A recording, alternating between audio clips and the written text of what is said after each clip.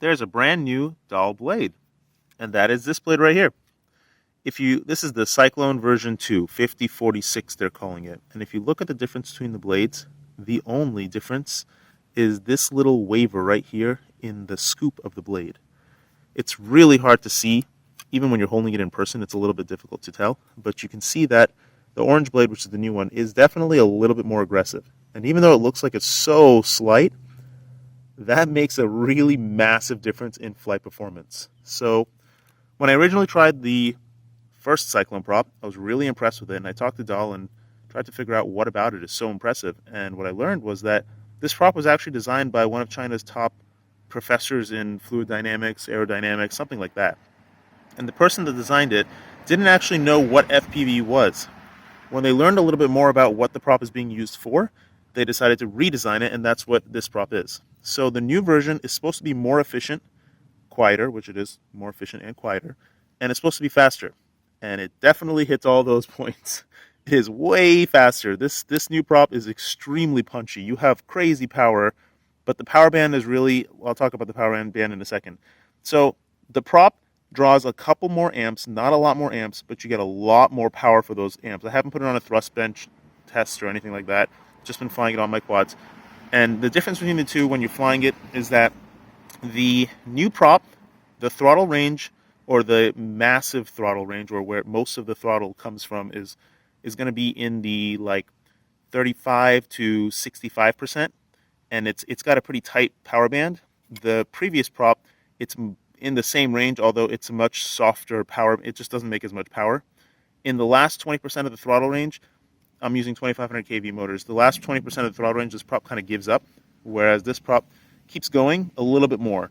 Not crazy all the way to the max, but a little bit better than this prop. So what I found is that the previous Cyclone prop is much easier to kind of cruise along tight corridors with because it doesn't have as much power.